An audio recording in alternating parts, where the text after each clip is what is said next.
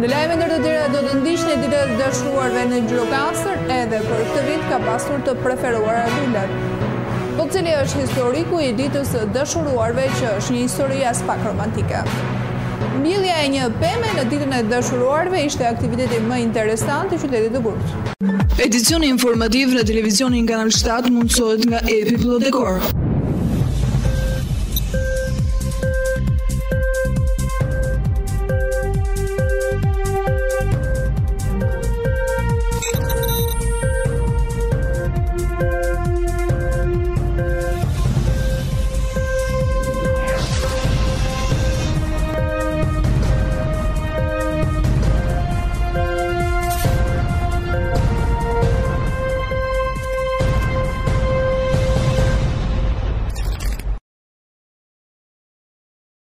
Përshëndetje nderuar shikues të ekranit televizionit Kanal 7, fokusohemi më gjerësisht në informacionet e përgatitura për këtë edicion informativ.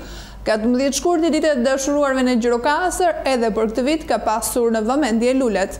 Për vitesh ditët e dëshuruarve, 14 shkurti festohet masivisht edhe në Shqipëri. Në Gjirokaster, këtë 14 shkurt, sërish mbretëresha e festës mbeten lulet.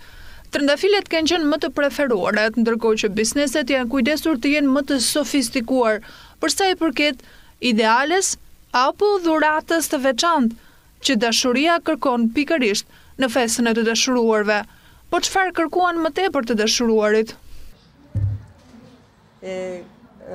Gëzuar Shën Valentinin, çdo ditë të dashuruar. Sot është një ditë e veçantë.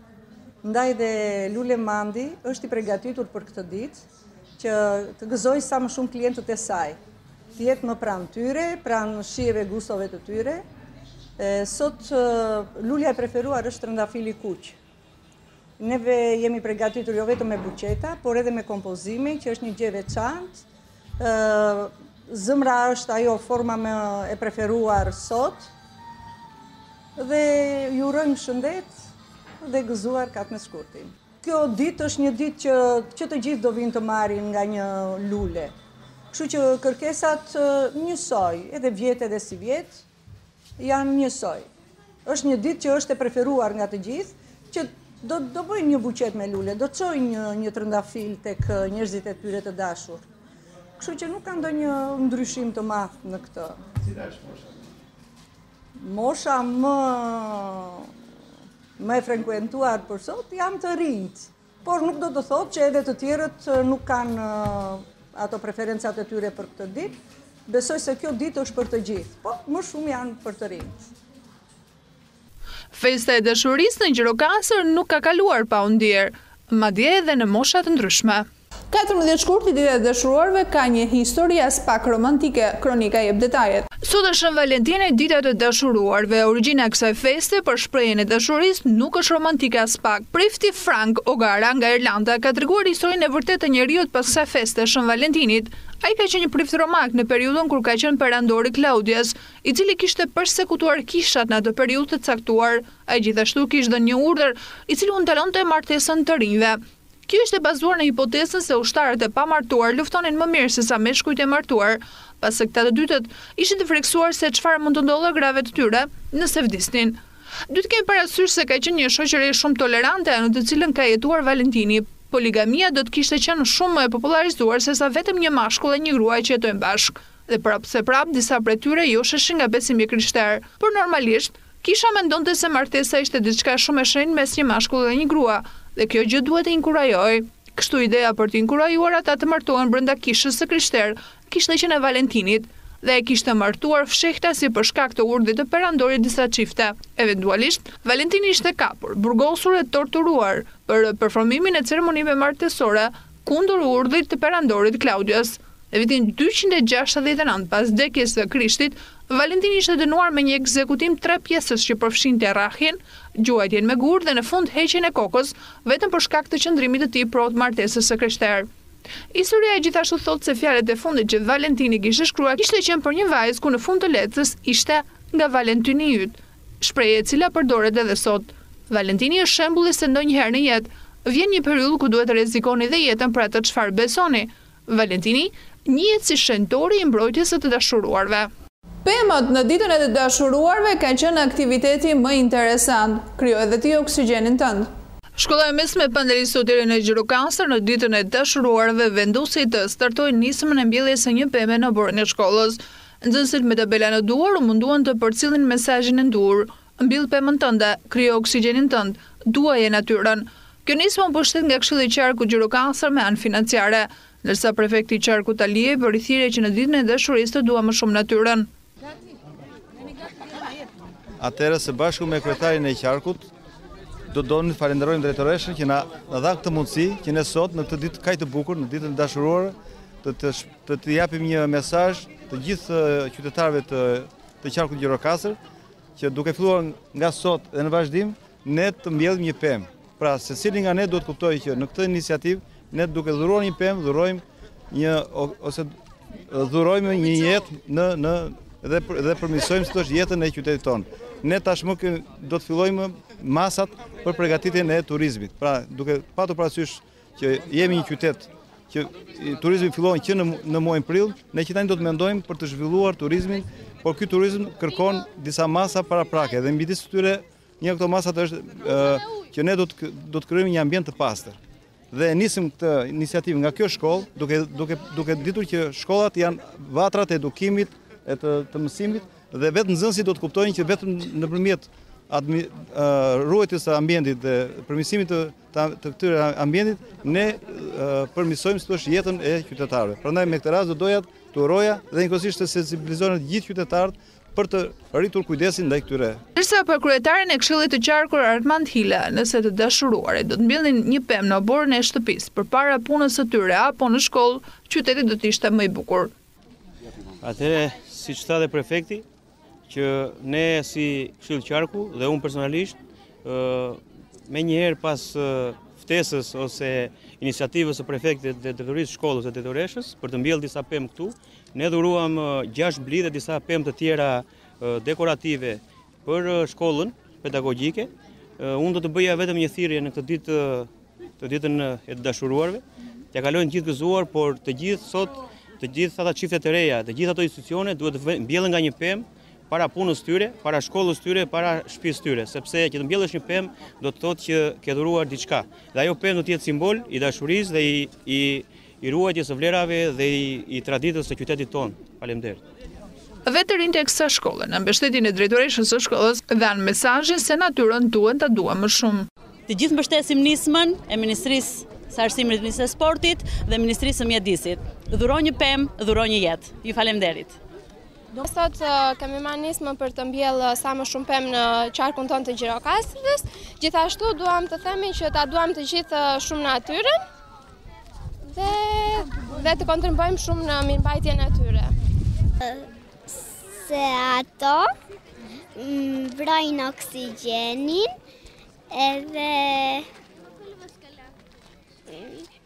edhe ne rritemi të shëndetshëm. Shumë ende të shohim informacionet nga rajoni dhe bota.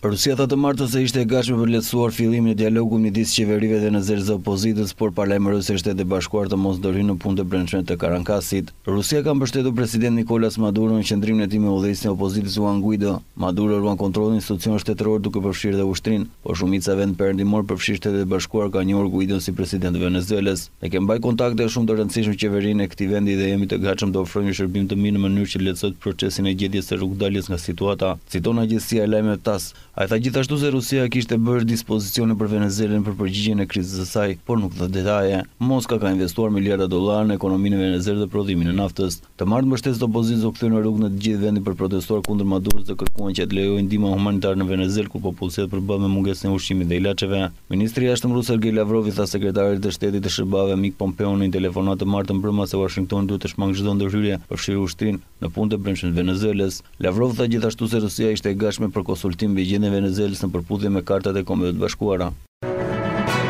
Qeveria socialiste e Spanjës ka në plan të njoftojë kalimin e zgjedhjeve të përgjithshme parakoshme pas humbjes së pritshme të saj në një votim të buxhetit kryesor të vendit. duke qenë se kryeministri Pedro Sánchez refuzoi të negociojë vendosjen katalanse than burimet politike të martën. Dy partitë vogla por pavarësisë katalane mbi votat të cilat qeveria është mbështetur për të miratuar legjislacionin deri tani kanë qenë theksuar refuzimin e tyre ndaj buxhetit të përgjithshëm.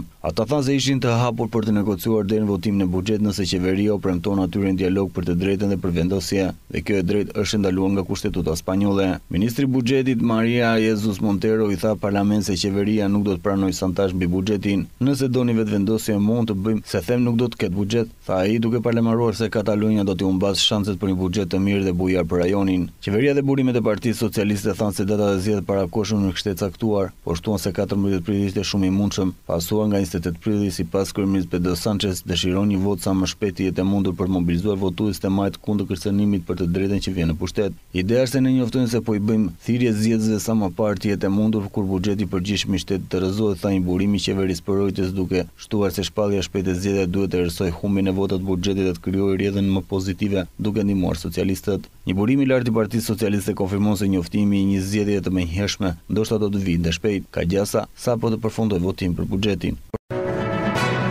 Kryeministri italian Giuseppe Conte bëri thirrje të martën për një bashkim evropian më pak të arshëm për të më shumë në përputhje me kërkesat popullore për rritje ekonomike, por ai u përball me një kritik të arshëm pas fjalimit të tij në legjislaturën e BE-s. Duke folur në Parlamentin Evropian në Strasburg si pjesë e një serie kontributesh nga lider kombëtar në një debat për të ardhmen e bashkimit, Conte theksoi angazhimin e vazhdueshëm të qeverisë populiste të Romës dhe ngrimin e BE-s, një angazhim ndaj të cilit dyshohet pas zgjedhjeve së koalicionit të vitit kaluar. Por në rinovimin e thirrjeve italiane për më shumë fleksibilitet në rregullat e buxhetit të eurozonës, instrumentet për bashkëta të borxhit për zonën e monedës së BE-s, një fond papunësie të BE-s dhe një ndryshim në rregullat që synojnë të shmangin falimentet e reja të bankave, tha se vitet shtrëngimi kishin nxitur një pyk me 2 elitave dhe njerëzve që rrezikonin bashkimin. Opozita e fuqishme që populli evropian në format e tij të ndryshme po demonstron përballë elitave, flet për ndërgjegjen tonë dhe na kujton se politika tepër e sigurt për arsye ekonomike nuk mund ka bërë detyrat e shtëpisë, ka hequr dorë nga misioni i saj, tha Conte i vënë se të mbledhur. Duke këmbgulur se administrata e tij po mbante llogarit në rregull, Conte tha se po kërkon gjithashtu stimulon dhe rritjen. Ai bëri thirrje BE-s që t'i japi fund argumente të gjata mbi mënyrën se si mund të merret me migrantët që vinë përmes detit në të gjithë mesdheun, një ankesë e hershme italianëve dhe të luajë një rol të fortë dhe të bashkuar në këtë çështje globale duke ruajtur dialogu me fuqitë e tjera, të tilla si Shtetet e Bashkuara, Rusia dhe Kina. Ata kundërshtuan shmangjen e Romës nga rregullat e buxhetit të eurozonës duke miratuar masa kundërzit kërkuese apo krah Rusisë për të penguar mbështetjen e BE-s për opozita venezueliane. Shkëmbimet e preta të një kryeministri i cili si një rishtar akademik dhe politik shihet si fytyra e moderuar në qeverie të dominuar nga zërat radikal, ilustruan temat që do të transmetohen në zgjedhjet për asamblenë e BE-s këtë maj. Udhëheqësi veç shpalli Venezuelës Juan Guaido po punon për rivendosjen e lidhjeve me Izraelin që Karankasi kishte ndërprerë një dekat më parë me solidaritetin mes palestinezëve. Izraeli është midis fuqive të bashkuara me Shtetet e Bashkuara të Amerikës në krye që po mbështesin Guaidon, pasi u dekretua si udhëheqësi i Venezuelës muajin e kaluar për një betejë të pushtetit me presidentin socialist Nicolas Maduro, në të cilin vendi është zhytur në varfëri. Jam shumë i lumtur të njoftoj se procesi i stabilizimit të marrëdhënieve me Izraelin është në kulmin e tij, tha Guaido për të përditshmen izraelite Hamoi në një intervistë. Një njoftim zyrtar për rivendosjen e lidhjeve dhe hapjen e ambasadës të re venezueliane në Izrael tha se çdo hap do të vinë në kohën e dur. Paraardhësi i Maduros Hugo Chavez shmang kontakt me Izrael gjatë luftës së vitit 2008-2009 në Gaza dhe nxiti lidhjet mes palestinezëve si me armiqsinë e Izraelit dhe Iranit. Udhëheqësi izraelit thanë se qendrimi i Karankas po nxiste një dëntim të hebrejve venezuelian. Ky komunitet është shumë aktiv dhe i begat, i cili do të kontribuojë shumë në shoqërinë tonë, tha Guaido në intervistë. Maduro, i cili mban mbështetjen e Rusisë dhe Kinës si dhe kontrollin e institucioneve shtetërore duke përfshirë dhe ushtrimin e quanritjen e Guaidos një komplot orkestruar nga SBA-ja. Guaido thotë se rizgjedhja e Maduros vitin e kaluar ishte për shkak të manipulimit. Rikthehemi në vend dhe do të shohim se sa kushton dashuria në Shqipëri. Kronika jep detajet. Se do e çuditshme që mund ju duket, po dashuria kushton.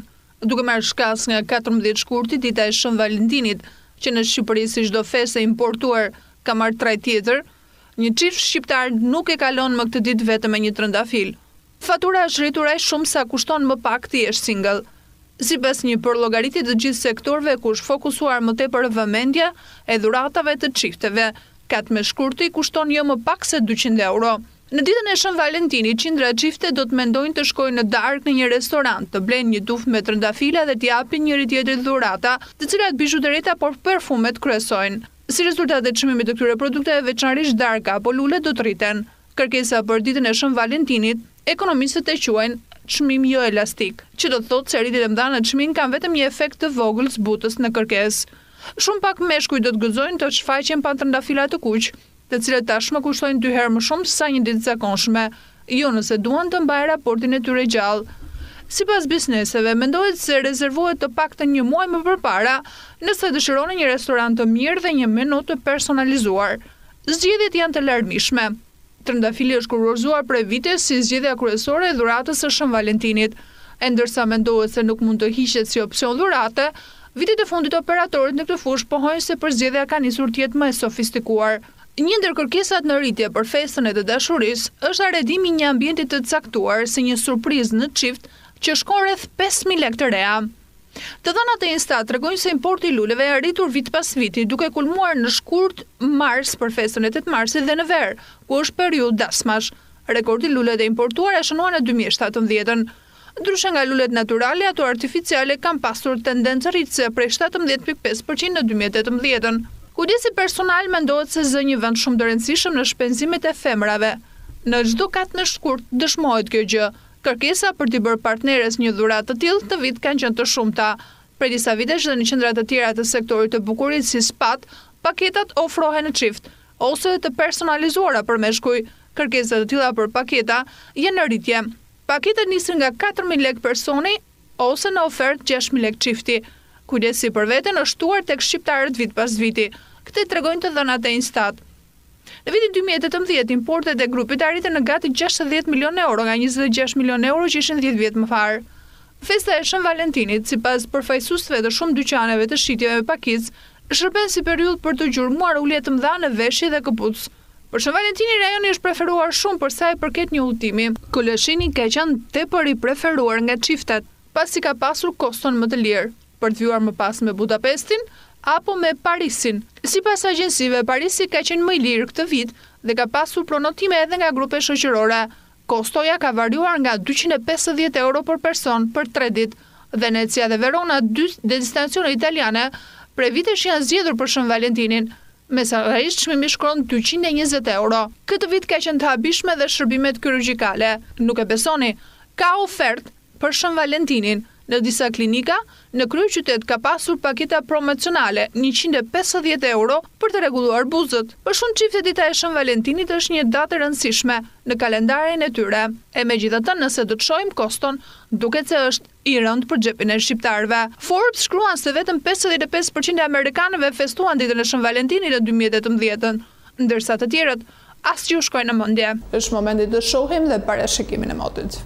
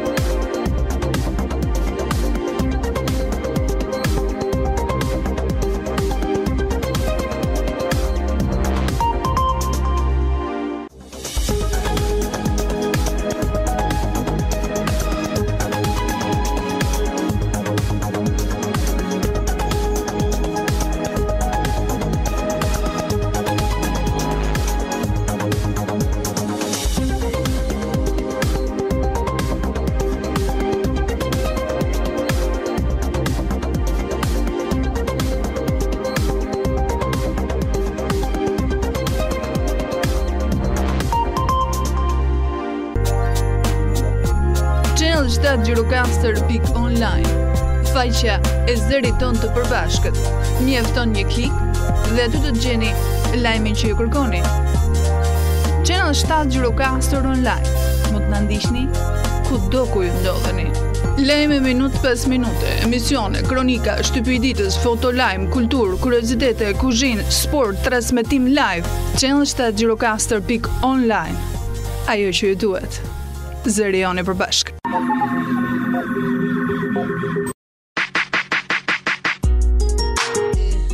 Përfundon këtu edicione informativ në televizion e Kanal 7, ju në shoqërinë e programit në vijmë bashkë përpafshëm.